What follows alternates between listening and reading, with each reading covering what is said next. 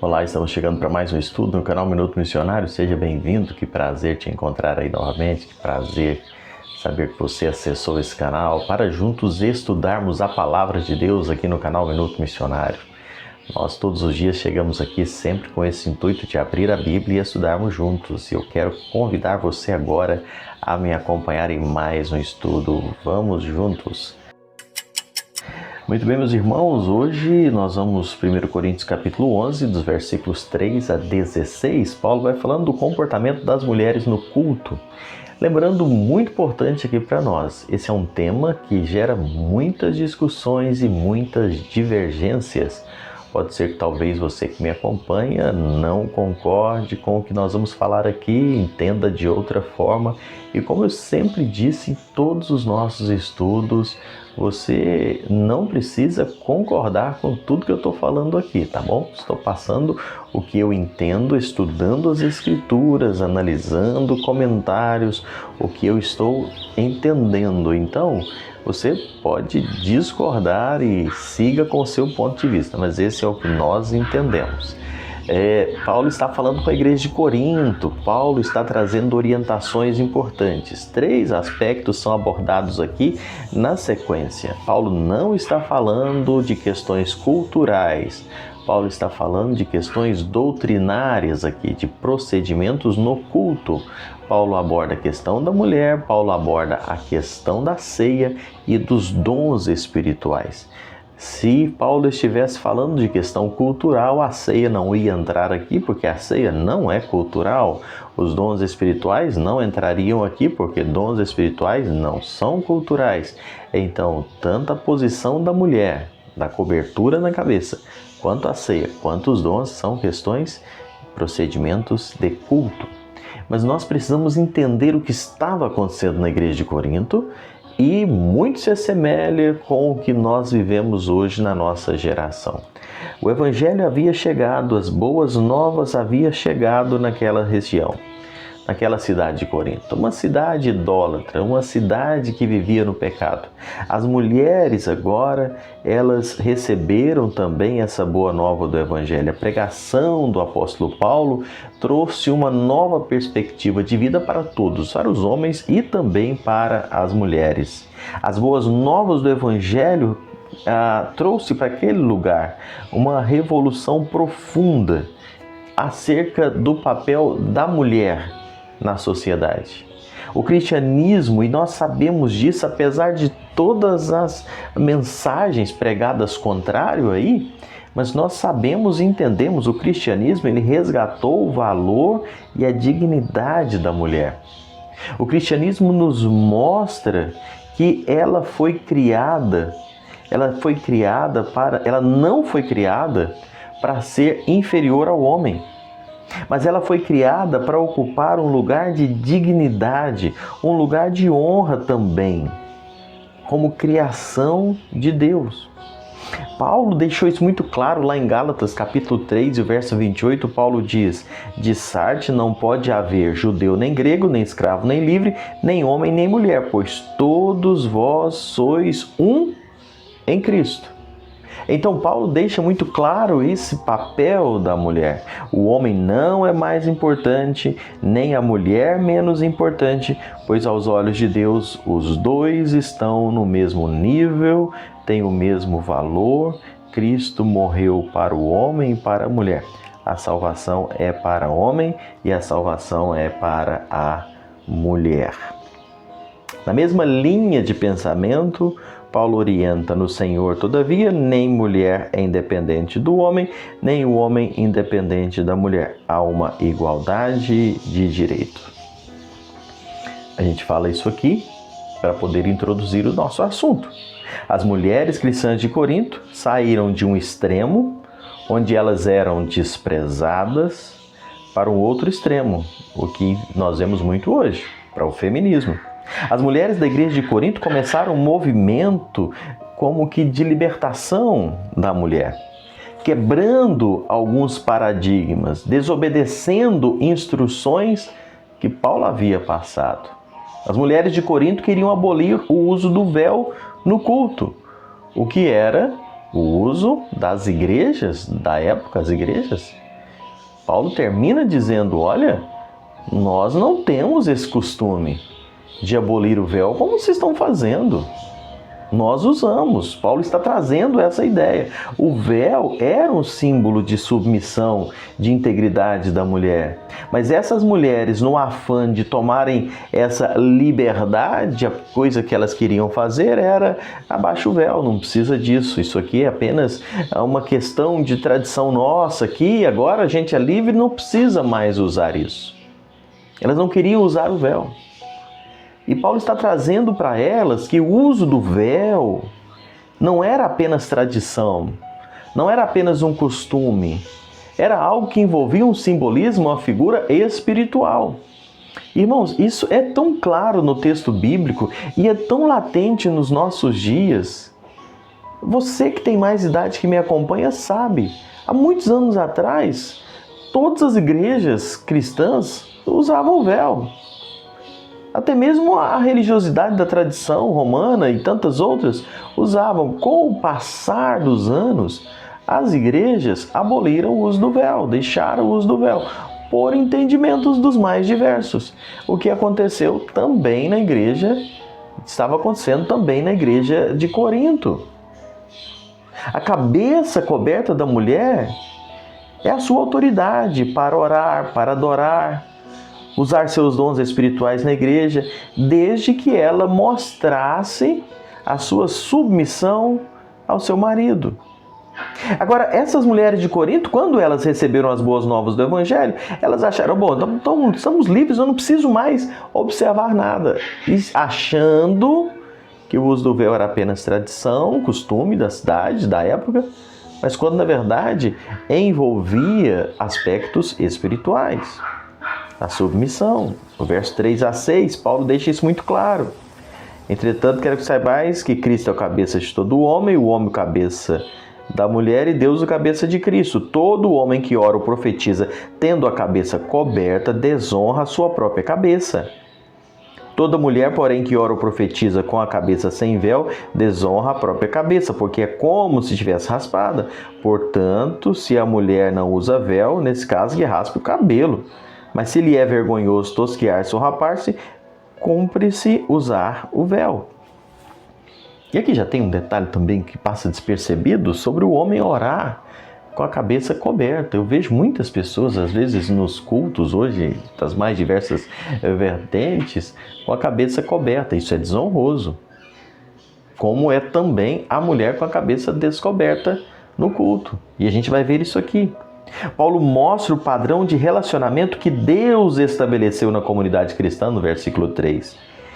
Ele nos mostra também uma ordem do reino de Deus. Nós podemos dizer que é uma ordem lógica, pois a hierarquia divina é Deus, Cristo, homem e mulher. É isso que Paulo diz aqui. A submissão da mulher ao homem não é uma questão de superioridade do homem e não é uma questão de inferioridade da mulher. Esse argumento é muito falso, não é? E é tão falso quanto o argumento de que Deus, não é, como cabeça de Cristo, torna Cristo inferior a Deus. Você sabe que não é. Então, o que está dizendo? A superioridade do marido em relação à esposa não é maior do que a de Deus em relação a Cristo. Cristo não é inferior a Deus, ele é, você sabe disso, ele é coigual, coeterno, consubstancial com o Pai. Mas na economia da redenção, e a Bíblia diz, e nós lemos, Cristo submeteu-se ao Pai para vir ao mundo, fazendo-se carne, morrendo na cruz para resgate dos pecadores. A mulher, da mesma forma, não é inferior ao marido. No entanto, a posição que Deus estabeleceu, ela está sujeita ao marido. Assim como em Corinto, assim como Cristo submeteu ao Pai, a mulher deve submeter-se ao seu marido como cabeça, mas não que ela seja inferior. O termo grego traduzido aqui por cabeça é a palavra kepali, que em raras ocasiões significa governante de uma comunidade, transmitindo normalmente o sentido de fonte ou origem, sendo usado em relação à nascente de um rio. Deus é, portanto, a fonte de Cristo. O Filho é eternamente gerado do Pai. Cristo como Criador é a fonte do homem, e o homem, cedendo uma das suas costelas, é a fonte da mulher. Capítulo 11, versículo 8. Isso é muito importante nós entendermos, porque vai desmistificando algumas ideias que são geradas nesse sentido. As mulheres têm espaço na igreja, e Paulo fala que a mulher que orava e profetizava na igreja, ela tinha espaço. Elas exerciam o ministério da oração, da palavra, mas essa prática deveria ser exercida reconhecendo a dignidade dela e a sujeição de seu marido. Por isso, elas deveriam usar o véu como símbolo de submissão. Então, isso não é cultural, isso é espiritual, isso tem um sentido espiritual estabelecido por Deus. O véu é uma questão de segurança para a mulher, estabelecida pelo próprio Deus. A mulher, ao cobrir a cabeça, a mulher assegurava o seu lugar de dignidade e de subordinação ao seu marido. O véu era algo que o Senhor havia estabelecido. E tem mais. Era um lugar de glória. Depois de falar dessa questão da submissão, Paulo fala sobre o homem como glória de Deus e a mulher como glória do marido. O homem é a glória de Deus, a mulher é a glória do marido. O homem não pode estar com a cabeça coberta porque no culto a glória de Deus deve aparecer. E se o homem é a glória de Deus, o homem não pode estar com a cabeça descoberta, porque a única glória que deve aparecer é a de Deus. Agora, a mulher é a glória de quem? A mulher é a glória do homem. Então ela cobre a cabeça para que a glória do homem não seja vista no culto. Está entendendo como que a questão do véu é mais profunda do que apenas tradição e que muitas vezes você ouve dizendo, não é? Ah, mas isso é questão, o véu é o cabelo, não é? São palavras totalmente diferentes. Eu estava observando as palavras no grego que Paulo usa aqui, são palavras totalmente diferentes, de cabelo para véu. Não é a mesma palavra. A mulher ter a cabeça coberta com um véu, com um pano, é a palavra grega que Paulo usa aqui, algo que realmente cobrisse a cabeça. Ela precisava cobrir a cabeça porque ela é a glória do homem. E se a cabeça está descoberta, no culto a glória do homem vai estar manifesta. E não pode. A única glória que deve estar manifesta no culto é a glória de Deus, que é o homem com a sua cabeça descoberta. É algo tão sério, mas que é levado de uma forma tão diferente do que a Bíblia diz. A finalidade, o homem reflete a glória de Deus, porque o homem não veio da mulher. Agora, a mulher procede do homem, portanto, ela precisa ter a sua cabeça coberta. O outro argumento que Paulo usa aqui, no versículo 10, Paulo diz também sobre os anjos. Mulher deve, por causa dos anjos, trazer o véu na cabeça, como sinal de autoridade. Ao cobrir a cabeça, a mulher assegura o próprio lugar de dignidade e autoridade e reconhece a sua subordinação. Os anjos têm a ver com o uso do véu na igreja por parte das mulheres também. Existem duas razões. A primeira é que quando estamos reunidos em um culto público, os anjos estão reunidos lá conosco. Isso é indiscutível. Eles estão reunidos para aprender com a igreja, como diz Efésios 3:10. A igreja está ensinando os anjos a multiforme sabedoria de Deus. E Paulo mostra a necessidade das mulheres a reconhecerem a sua submissão aos maridos no culto público, usando o véu, mas também sob a face da presença dos anjos. Os anjos não apenas estão presentes nos nossos cultos, mas eles aprendem com a igreja e cobrem o rosto quando adoram a Deus. Da mesma maneira, os anjos adoram a Deus, cobrindo. Isaías 6:2 fala isso. Se os anjos cobrem o rosto para adorar a Deus, por reconhecer a majestade e a santidade de Deus, da mesma forma, as mulheres devem cobrir o seu rosto, a sua cabeça, por causa da autoridade de Deus, por causa da autoridade que Deus tem sobre os homens e por causa da sujeição que elas têm ao seu marido. E isso, irmãos, é algo que nós precisamos estar observando. Onde nós congregamos, nós entendemos a necessidade da mulher ter a cabeça coberta durante o culto. Nós entendemos isso. Nós não temos, como existem seitas por aí, que tem um padrão, que o véu tem que ter tanto tamanho, tem que ser de uma cor branca, tem que ser um tamanho tal, tem que ser só aquele modelo. Nós não entendemos isso, na Bíblia não dá esses detalhes, mas a Bíblia fala da necessidade da mulher estar com a sua cabeça coberta por causa da glória e também por causa dos anjos. Isso nós não podemos ignorar esse fato, lembrando que isso não é questão de superioridade, mas que ambos são interdependentes. Homem e mulher têm a mesma origem, um no outro, e ambos devem sua existência a Deus. Paulo deixa ainda, terminando, os versículos de 13 a 16, Paulo diz: julgai entre vós mesmos, é próprio que a mulher ore sem trazer o véu? Ou vos ensina a própria natureza a ser desonroso para o homem cabelo comprido? E que trazendo-lhes da mulher tratando-lhe da mulher é para ela uma glória. E aí vem uma grande confusão que eu preciso falar aqui. Pois o cabelo lhe foi dado no lugar de mantilha. Aqui tem muitas pessoas que dizem, olha, tá vendo? Então o cabelo é o véu da mulher, ela não precisa cobrir mais. Aí você vai no original, mas a Bíblia não foi escrita em português. Lá no original, a palavra véu que Paulo está tratando aqui é a palavra katakalupto. A palavra mantilha usada aqui no texto do versículo 16 é a palavra peribolation. Ou seja, Paulo está falando do véu, um pano para cobrir a cabeça, e quando ele fala de mantilha, ele está falando de cabelo.